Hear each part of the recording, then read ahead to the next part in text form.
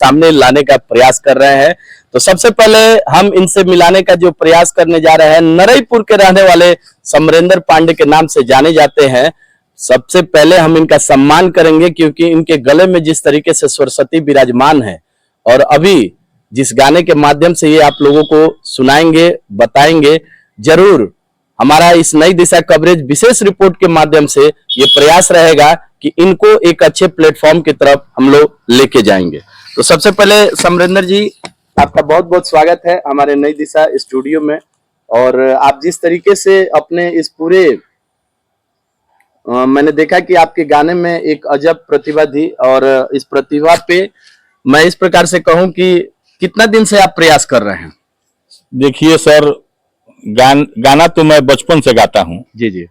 मुझे जहाँ तक याद है कि मैंने जब से होश संभाला है तब से संगीत के प्रति मेरा रुझान है और बचपन से मैं गाते आ रहा हूँ। स्कूल में भी मैं गाना गाता था। टीचर लोग मुझे काफी सम्मानित नजर से देखते थे और वहीं से मेरा रुझान जो है गाने के प्रति कुछ ज्यादा हो गया। अभी आपका जो अगर दिनचर्या है तो अभी आप क्या करते हैं?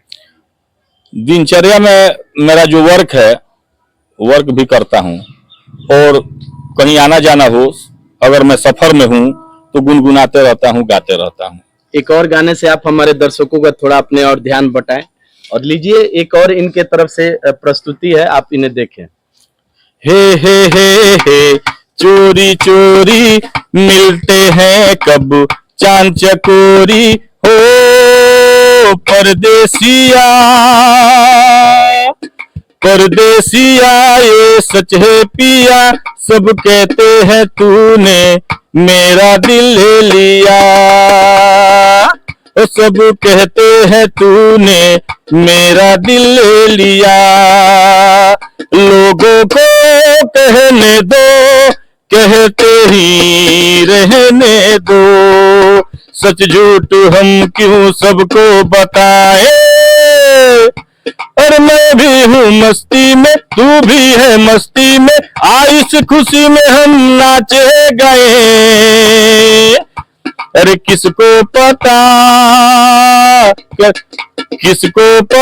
क्या किसने किया, सब कहते हैं तूने मेरा दिल ले लिया।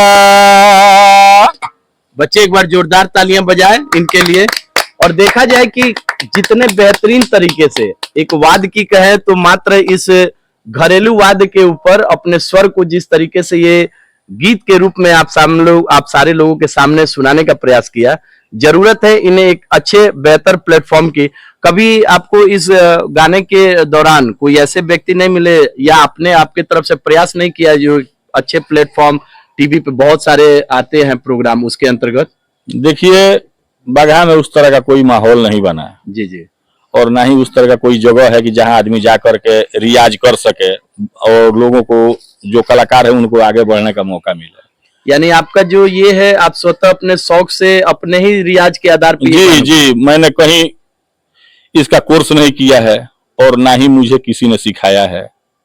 मेरे ऊपर ईश्वर की कृपा है, माँ सरस्वती की कृपा है कि मैं आज भी इसको अपने ढंग से और बहुत बेहतरीन, मुझे जहां तक आशा है कि मैं बहुत बेहतरीन तरीके से जो भी फिल्मी गाने हैं किशोर के, मुकेश के या रफी साहब के, मैं उनको उसी अंदाज में गाना। तो थोड़ा सा एक रफी जी की प्रस्तुति हो जाए जो हमारे दर्शकों को आप। आदमी मुसाफिर है, आता है जाता है, आते जाते रास्ते में यादें छोड़ जाता है।